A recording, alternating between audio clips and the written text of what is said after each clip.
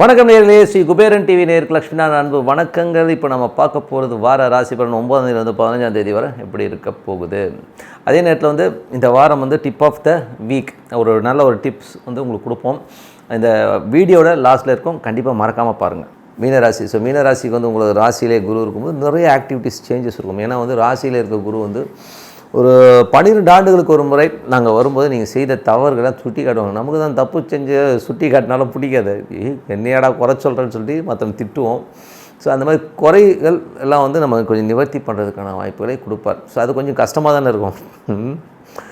தம் அடிக்காதுன்னு சொன்னால் கோவம் வரும். தண்ணி அடிக்காதுன்னு சொன்னால் ராஸ்கல் நீ யாரா சொல்கிறதுக்கு சொல்லுவாங்க. ஸோ அந்த மாதிரி தான். ஸோ அதனால் கொஞ்சம் அந்த மாதிரி விஷயங்கள் நமது குறைகளை குரு பகவான் ராசியில் எடுத்து சொல்வார். ஸோ நம்ம அதை கொஞ்சம் பார்த்து நடந்துக்கணும். 2ஆம் அதிபதி. ஸோ 2ஆம் அதிபதி 3இல் இருந்து கலகங்கள் ஏற்படுவதற்கான வாய்ப்புகளும் கொஞ்சம் கவனமாக இருக்கணும். நமக்கு தெரியாமல் கேமரா வைக்கிறது, இந்த ஃபோனை ரெக்கார்ட் பண்ணுறது, ஏதோ இடம் விடப்படுற மக்கள்லாம் இருப்பாங்க. கான்ஃபரன்ஸ் எடுத்து சைலண்ட்டாக உட்காந்துருப்பான். ஸோ இந்த மாதிரி ஆட்கள்லாம் இருக்காங்க. கொஞ்சம் ஜாக்கிரதையாக இருக்கிறது ரொம்ப ரொம்ப நல்லது. ஸோ 4ஆம் அதிபதியான புதன். ஸோ 4ஆம் அதிபதியான புதன் பார்த்திங்கன்னா உங்களுக்கு 10ல் வக்கரமாக இருக்கும்போது கணவன் மனைவிக்கு நடுவில் பார்த்திங்கன்னா கொஞ்சம் சின்ன சின்ன ஈகோ கிளாஷஸ்லாம் வரதுக்கான வாய்ப்பு இருக்குது. அம்மாவும் அதில் சம்மந்தப்படுவாங்க. ஸோ அம்மாவும் மனைவி நீங்கள் ட்ரையாங்கலில் ஃபைட் நடக்கிறதுக்கான வாய்ப்பு, ஈகோ வர்றதுக்கான வாய்ப்புகளை கொஞ்சம் கவனமாக இருக்கிறது ரொம்ப ரொம்ப நல்லது. 5ஆம் அதிபதி. ஸோ 5க்கு சனியுடைய பார்வை. ஸோ சனி நல்ல ஒரு பார்வை தான். ஸோ நல்ல ஜாலியாகவும் ஃபன்னாகவும் இருக்கும். குழந்தைகளோட வளர்ச்சியெலாம் நல்லாயிருக்கும். ஆனால் சில நேரங்களில் குழந்தைகள் கொஞ்சம் பிடிவாதமாகவும் சண்டை போடுறமான விஷயங்களும் இருக்கும். ஸோ அதெல்லாம் ஆல் இந்த கேம் பண்ணுறது பசங்கன்றதுனால அப்படிலாம் பண்ண தான் தோணும். ஸோ அதெல்லாம் பண்ணி தான் ஆகணும், வேறு வழி கிடையாது. 6ஆம் அதிபதி. ஸோ 6ஆம் அதிபதி சூரியன். ஸோ 6ஆம் அதிபதி சூரியன் உங்களுக்கு பார்த்திங்கன்னா 10ல் இருக்கும்போது வேலையில் நல்ல மாற்றங்கள், நல்ல ஏற்றங்கள்லாம் கிடைக்குங்க. ஸோ அது ஒரு பெரிய ப்ளஸ் தான். ஸோ அதில் பெரிய ஒரு மாற்றங்களை கண்டிப்பாக எதிர்பார்க்க முடியும். ஏன்னா உங்களுக்கு அடுத்த லெவலில் போகிறதுக்கான வாய்ப்புகளும் நல்லா இருக்குது. ஸோ கடன் கேட்டிருந்தீங்க, ஒரு தொழில் ஆரம்பிக்கிறேன், ஒரு ப்ராஜெக்ட் ஆரம்பிக்கிறேன், ஒரு பணம் தேவைப்படுதுன்னா கண்டிப்பாக அந்த பணம் வருவதற்கான வாய்ப்புலாம் ரொம்ப சிறப்பாக இருக்குது. ஸோ 7ஆம் அதிபதி புதன் பார்த்திங்கன்னா உங்களுக்கு 10ல் இருக்கும்போது புதிய பார்ட்னர்ஸ், ஆனால் பார்ட்னர்ஸ் வைக்கிற சில கண்டிஷன்ஸும் இப்போ அந்த வக்கரமாக இருக்கிறனால கொஞ்சம் என்னடா ரொம்ப இப்போவே அடமெண்ட்டாக பேசுகிறான் அப்படிங்கிற எண்ணங்களை கண்டிப்பாக தோணுங்க. அதெல்லாம் விட்டுருங்க. அதெல்லாம் என்ன பண்ணுறது.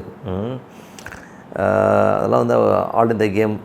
பார்ட்னர்ஸுன்றது பார்த்திங்கன்னா வரும்போது எல்லாம் கைகிட்ட வாங்கணுவாங்க. ஸோ வந்ததுக்கப்புறம் கணக்கு கேட்கும்போது தான் நம்மளால் டென்ஷன் ஆகிடுவாங்க. ஸோ அதனால் கொஞ்சம் பார்த்து இருந்துக்கிறது நல்லது. ஸோ 3 8ஆம் அதிபதினு சுக்கிரன் உங்களுக்கு 11ல் இருக்குது, ரொம்ப பெரிய ப்ளஸ்ஸுங்க. விபரீத ராஜயோகம் சொல்லுவோம். ஸோ அந்த விபரீத ராஜயோகம் இருக்கிறனால ஏதாவது சின்னதாக லாட்டரி டிக்கெட் சின்னதாக நல்லா புரிஞ்சுங்க. நான் கோடு போட்டு சொல்லிடுறேன். சின்னதாக ஒரு அமௌண்ட்டுக்கு லாட்டரி டிக்கெட் வாங்குறது ரொம்ப நல்லது. வராத காசு ரொம்ப நாளாக டாஜ் பண்ணிக்கிட்டு அப்படியே ஏமாற்றிட்டே இருக்கான் பாஸ் அப்படின்னா அவனை உலுக்கி ஒரு காசு வாங்குறதுக்கான வாய்ப்பெலாம் இருக்குது. ஸோ அதனால் அந்த வாய்ப்பை கரெக்டாக பயன்படுத்திக்கிங்க. அது ஒரு பெரிய ப்ளஸ்ஸு. ஏன்னா விபரீதங்களும் வராத காசு வர்றது, திடீர்னு நம்ம எதிர்பார்க்காத இடத்துலேருந்து காசு வர்றது, இதெல்லாம் கண்டிப்பாக நல்லாயிருக்குங்க. ஸோ அது ஒரு பெரிய ப்ளஸ் தான். கம்யூனிகேஷன் துறை. ஸோ நான் எங்கேனாச்சும் வெளியில் போகிறது, வெளியூர் போகிறது, வெளிநாட்டில் இருக்குது, அதுக்கான ஒரு அமௌண்ட் எதிர்பார்க்குறேன், அதெல்லாம் வர்றதுக்கான வாய்ப்பு நல்லாயிருக்கு. ஸோ ஸ்ட்ரெஸ் இருந்தாலும் இந்த மாதம் கொஞ்சம் நல்லா ரிலீஃபான விஷயம். ஸோ நிறைய பணம் வர்றது, கொஞ்சம் வெற்றி வாயை சூடுவதற்கான வாய்ப்பு. நான் நினச்சி கூட பார்க்கலைங்க இப்படிலாம் நடந்து போச்சுன்னு சொல்லி சந்தோஷப்படுவீங்க. ஸோ மீன லக்னமாகுது, சுக்கிர திசை புத்தி அந்தரம் நடக்கிறவங்க மீன ராசிக்காரருக்கும் நல்ல ஒரு திடீர் அதிர்ஷ்டங்கள் கிடைப்பதற்கான வாய்ப்பு ரொம்ப நல்லா இருக்குங்க. ஸோ அதெல்லாமே ரொம்ப நல்ல விஷயந்தான். தொழில் ரீதியான விஷயங்களை அடமன்சியை விட்டுருங்க. பார்ட்னர்ஸ் கிட்ட வாக்குவாதங்களை தவிர்த்துக்கிறது ரொம்ப ரொம்ப நல்லதுங்க. ஸோ மற்றபடி எல்லாமே சிறப்பு தான். சனி திசை புத்தி அந்த நடக்கலும் நல்ல பெருத்த லாபங்கள் கிடைக்கும். ஆனால் என்னென்னா செவ்வாயோட சாரத்தில் போகும்போது கொஞ்சம் கோவப்படுவீங்க, கொஞ்சம் பிடிவாதம் இருப்பீங்க, அவ்வளோதான், வேறு ஒன்றும் கிடையாது. மற்றபடி எல்லாமே சிறப்பு தான்.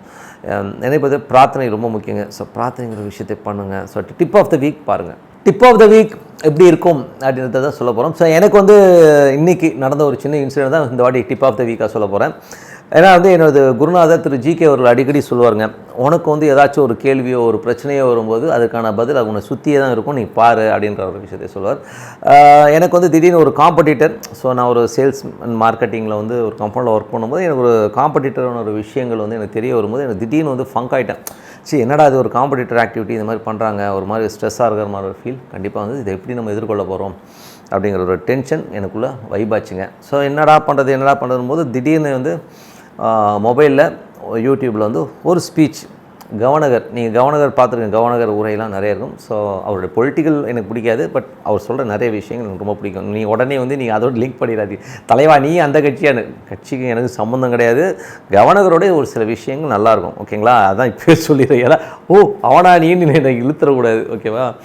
ஸோ அவருடைய ஒரு ஸ்பீச் ஒன்று கேட்டேங்க, அது ரொம்ப நல்லா இருந்தது. அவர் என்ன பண்ணியிருந்தாருன்னா, அவங்க அப்பா, அவருக்கு வந்து ஒரு 10th ஸ்டாண்டர்ட் படிக்கிறாரு. அவங்க அப்பா வந்து ஒரு கோயிலில் போய் அழுது வேண்டிக்கிறார். என்ன வேண்டிக்கிறாருன்னா, அவங்க அக்காவுக்கு வந்து மேரேஜ் ஃபிக்ஸ் பண்ணிட்டாங்க, அதுக்கு ஒரு 3000 ரூபாய் பணம் தேவை.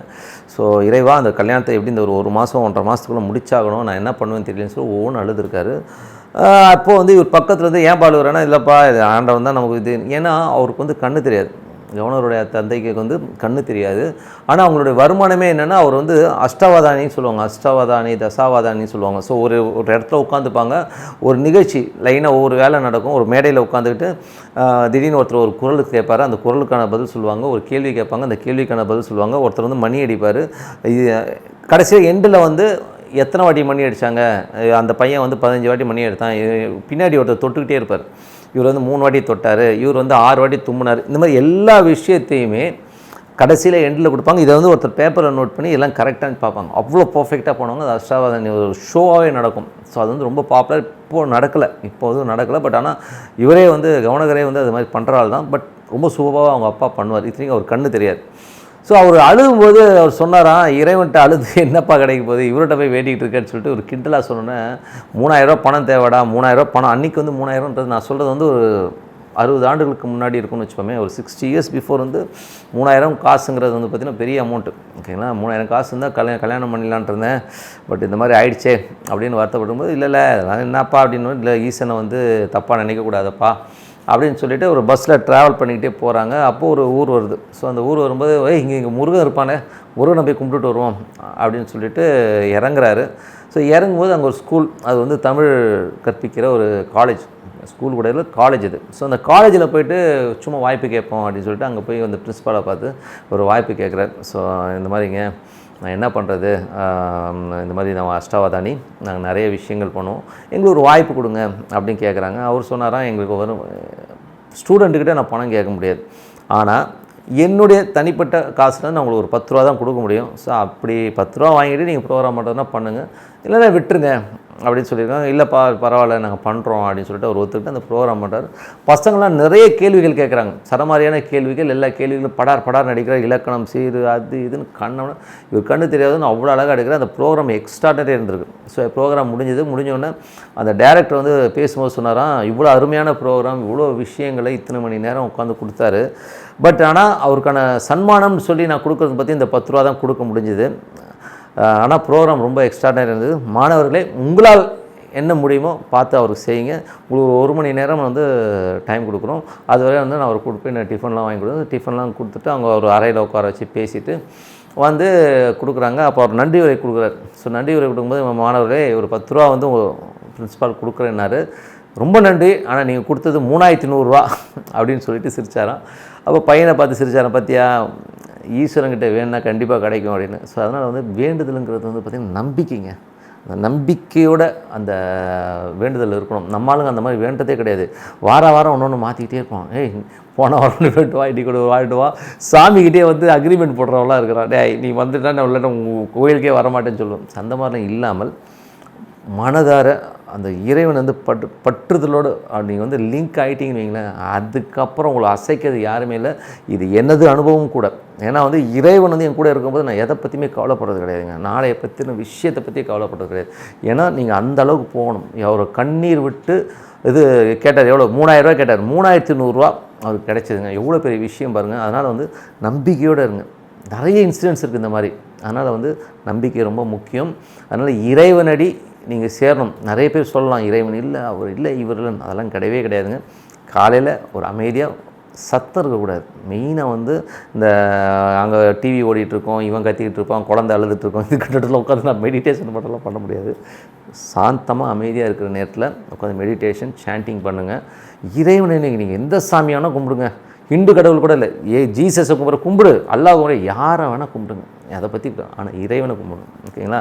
அமைதியாக உட்காந்து பிரார்த்தனை பண்ணுங்க. ஓம்னு அந்த ஈஸ்வரன் உள்ளே இறங்கணும். அந்த மாதிரி பிரார்த்தனை பண்ணி அப்படி ஒன்றும் போது ஒரு டைம் நீங்கள் லிங்க் ஆகிடுவீங்க. அதுக்கப்புறம் உங்கள் லைஃப் வந்து மேஜிக்காக மாறும். Mark my words. இது வந்து என் வாழ்க்கையில் நடந்து உங்கள் வாழ்க்கையில் நடக்கணுன்றதுக்காக இந்த இன்சூரன்ஸ். மீண்டும் அடுத்த வாரம் சந்திப்போம். எல்லாமே சூப்பராக இருக்கும்னு சொல்லிட்டு ஸ்ரீ குபேரன் டிவியை பார்த்தமைக்கு நன்றிகள். மேலும் இது போன்ற தகவல்களை தெரிந்து கொள்ள ஸ்ரீ குபேரன் டிவியை சப்ஸ்கிரைப் செய்யுங்கள். மறக்காமல் பெல் ஐக்கானை கிளிக் செய்யுங்கள்.